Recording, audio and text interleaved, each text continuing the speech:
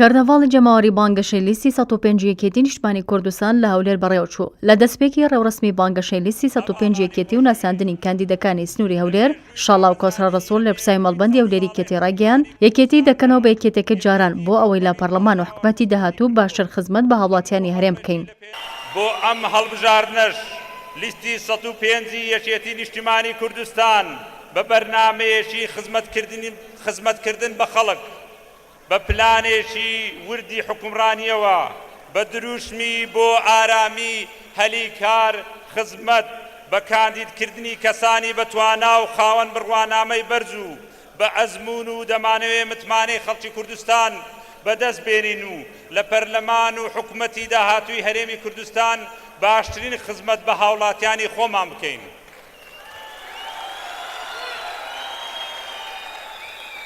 یەکێتی ڕەسەنەکان ئێمە لە یەکێتی نیشتیمانی کوردستان خۆمان بە خاوەنی هەموو کوردستان دەزانین و چاویشمان خەڵکی هەموو کوردستان دەبینێ دووپاتیشی دەکەینەوە کە حزبی ناوچەیەکی دیاری کراو نەبووین و نابین یەکێتی هەموو کوردستانیانە لە زاخۆ تا خانەخین بۆیش ئەم جارە دەمەوێ ئامانجمانە لە هەموو کوردستان سەرکەوتنی گەورە تۆمار بکەین و ببینەوە بەو یەکێتیی بەڕێوەبەرایەتی مامی هەمووان لە سرکەساتی بێئومێدیدا هاتە مەیدان و بەردەوامیش لە خەباتی ئێستا جیاوازە لە خەباتی ئەوێ ڕۆژێ خەباتی ئێستا خەباتی خزمەتکردنی خەڵکە. بەخێر بێین و هەولێرێ بەخێر بێ مامی بچووک لۆ قەرات و منارەی هەولێریەکان ئەوڕۆ لۆ پشتیوانی لە لیستی یەکێتی و قوباتی مام هەمووان لێرن هەولێریەکان هەمووان بەیەکەوە پێشوازی لە قوبات تاڵەبانی قوباتی ئارامی قوباتی هەلیکار قوباتی خزمەت دەکات. دواتر قوبات تاڵەبانی سەرۆکی لیستی 105 یەکێتی لە میانی پێشکەشکردنی وتارێکدا ڕاگەیان دەرکەوتنی ئەم جارێکێتی جیاوازە و مژدەی وەلانانی ناکۆکەکان و یەکگرێزی یەکێتی ڕادەگەێنین.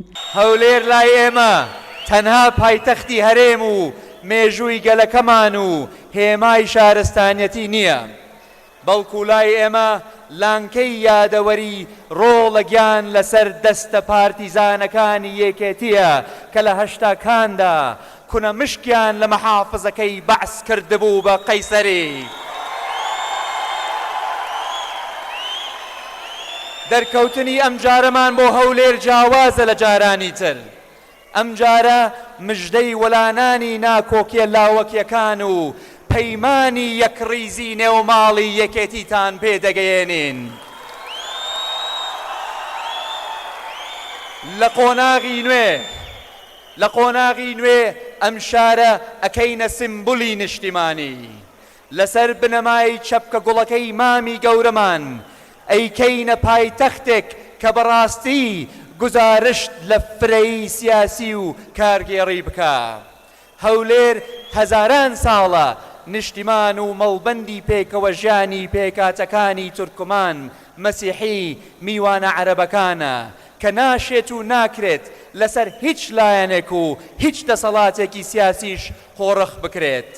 سەبارەت بە گەڕانەوەی هاوسەنگی هێزیش قوبات تاڵەبانی جەختی لەوە کردەوە گەڕانەوەی هاوسەنگی هێز تەنها بە یەکێتی دەکرێت. یەکێتی بوو بە هێز و بازی و ڕۆڵەکانی لە مەخموڕ ڕێگەی لە تێرۆرسانی داعشگرت و نەی هێش پەلاماری هەولێر بدەن. گێڕانەوەی بەڵانس و فرەیی و یەکسانی بۆ هەولێر تەنها بە یەکێتی دەکرێت کە یادگاری و ئەلف و بەی ڕێبازی مامی کوردانە. تەنها بە یەکێتی دەکرێت کە پڵنگ ئاسا لە خەباتە بەرەنگاری بەحس بۆوە. تەنها بە یەکێتی دەکرێت کە بە هێز و بازووی هەڵۆکانی دژە تێرۆر بە گیان و ڕۆح لە مەخموور ڕێیان لە هێرشی داعش کرد و بەرەو شاری هەولێری بەرەو شاری قەڵاو منارە. بوونمان لە هەولێر تەنها بۆ دروستکردنی باڵانس و بەشداری حکومڕانی نییە، تەنها بۆ زیندووکردنەوەی سەروەری و داستان و نەبەردیەکان نییە، بەڵکو گفت و بەڵێنی ئارامی هەلیکار خزمەتی لەگەڵدایە بۆ کۆمەڵانی خەڵکی کوردستان. هەروەها لە درێژەی وتارەکەیدا ئاماژەی بۆ بەرنامەی چاکسازیەکان و دەربازبوون لە قەیرانەکان کرد و ڕاگەیاند یەکێتی زمانی داتای هێنایە ناو کارنامەی حکومەت و هەوڵی داوە سامانینەوەت بە نیشتیمانی بکات. داواشی کرد بۆ تەواوکردنی چاکسازیەکان دەک بدەن بە لیستی 105 یەکێتی. ئێمە بەشداری سەرەکی و دەستپێشخەر بووین لە هەوڵی دەربازبوون لە قەیرانی سەختی دارایی. هۆکار بووین بۆ گرتنەڕێی چاکسازی. ئێمە زمانی داتامان هێنایە ناو کارنامەی حکوومەت. هەر ئێمەش دەتوانین دەرهێنان و فرۆشتنی نەوت و سامانی ملەتەکەمان بە نیشتیمانی بکەین.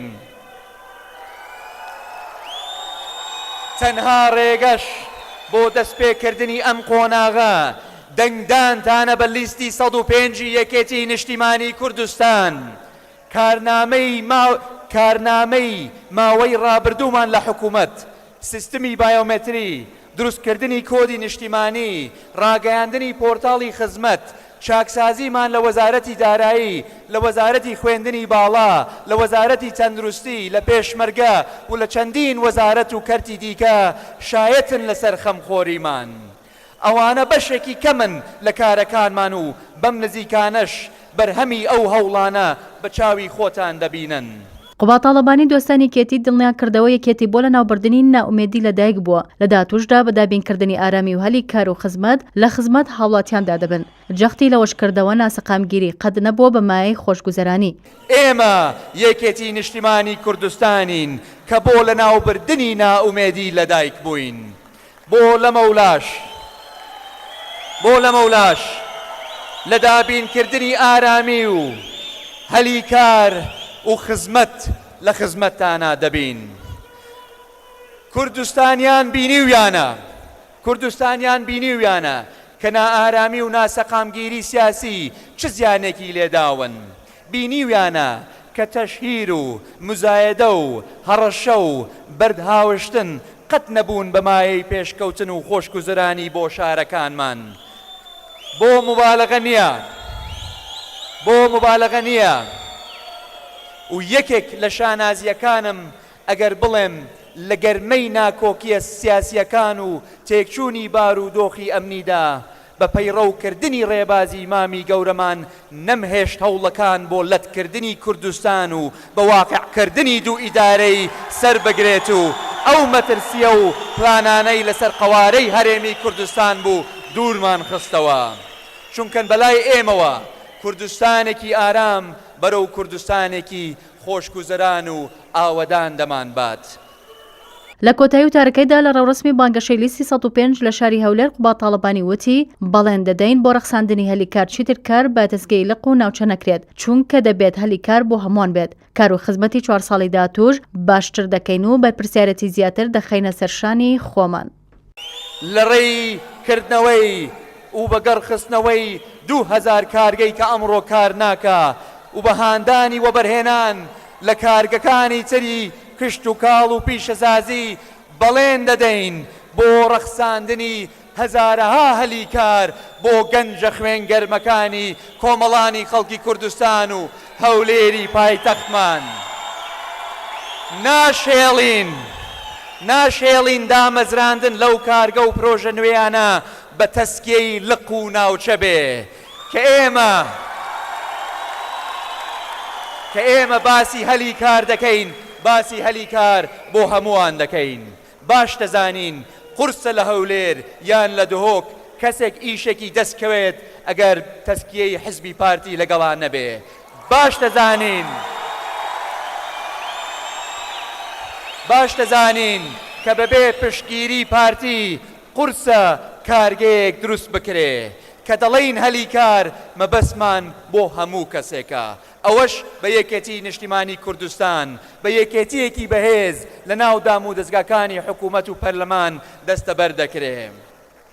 ئەوە بە هاوسەنگی هێز لە نێوان یەکێتی و پارتی دەکرێت تاکو ئەگەر ئەم دیاردەیە لە شوێنی تریش هەبێ کە ڕەنگ بێ هەبێ چیتر نەمێنێ.